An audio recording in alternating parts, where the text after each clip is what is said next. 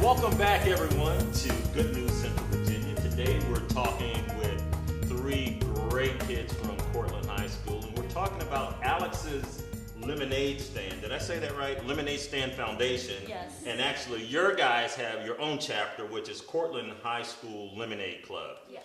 So when we left, we were talking about you guys getting started in the 7th grade, and you had a little bit of help. How did you approach the school and other people that you needed to kind of help you with this? I mean, I remember having a lemonade stand when I was a few years ago, and man, it was hard. It was a lot of hard work. So, how'd that go for you? That was actually Sydney. Yeah, I was on Alex's website because that's where we were giving donations after Jordan passed away.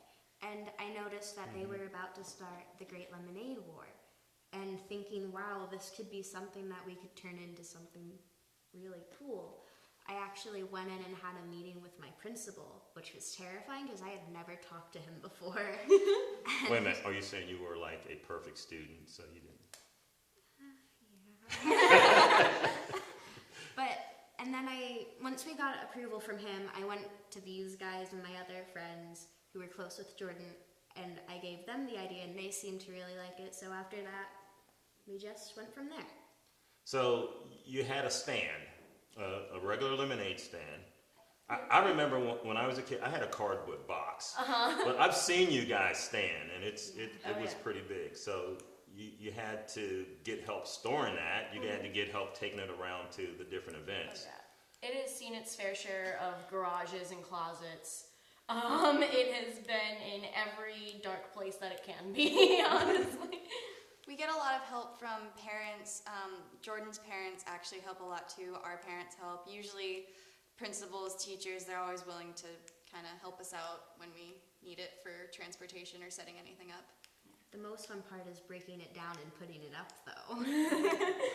It comes in little pieces, so we have to put it together every time we set it up. Wow. So this question may be for you, Sydney, because you kind of spearheaded this, but you guys jump in. What have you learned about pediatric cancer?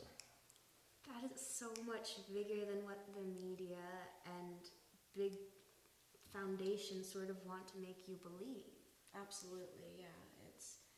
It's astonishing to go out there and to have flyers with facts on them and hand them to people at lemonade stands, and they're there and you can just see the shock go over their faces. And you know, even if it had never come into contact with us personally, I don't think we would have a clue that it was possible for kids to get such an intense disease and to die from it. And there are people who are walking around and they're absolutely clueless about it, and that's kind of our goal to get rid of. Yeah, I hadn't even known. I knew I knew like breast cancer, I knew like a couple other little types, but like pediatric cancer gets nowhere near the amount of media coverage, advertisement, anything. It doesn't. And there's so many types too, which is something that I never really thought about, because when I did hear of pediatric cancer, I heard pediatric cancer, not neuroblastoma, leukemia, all of the different types, and it's just sort of weird to think about not knowing that now. Yes. So this has obviously had a profound impact on you guys, and a close friend of yours.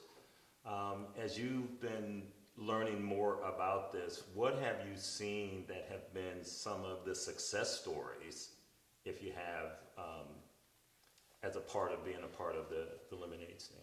What really sucks about pediatric cancer is there's no real success story, because 2/3 of the kids who don't die, just the survivors alone, they're going to have lasting effects from the poor treatment and drugs that they're receiving, and will never really fully recover. They might get secondary cancers, and it's sort of like a loop. The unfortunate part about that also is that that's not something that is as major in adult cancers either. And that's because with adult cancers, they're constantly coming up with new drugs and they're constantly researching for more cures because they get the funding for it. But pediatric cancer gets less than 4% of government funding for cancer. and that is for pediatric cancer, not the individual types. So the funding actually just goes for specific, or is that in general? It goes for in general, like it doesn't go to leukemia and then neuroblastoma and then endoplasmic ependymomas. It goes to pediatric cancer, and then they have to split that up amongst themselves. And there's so many different types. There's dozens of different subtypes, and it just keeps getting bigger and bigger as you get more specific about the different types. Wow.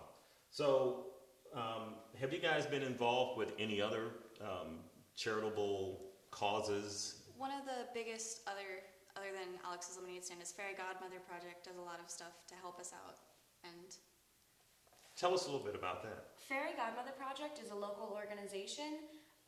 They also do work with pediatric cancer, and one of their slogans is "Give the gift of time," because so often with families with a child with pediatric cancer, they do not have time. They're constantly running from the hospital to home, just to sleep, to go back to the hospital.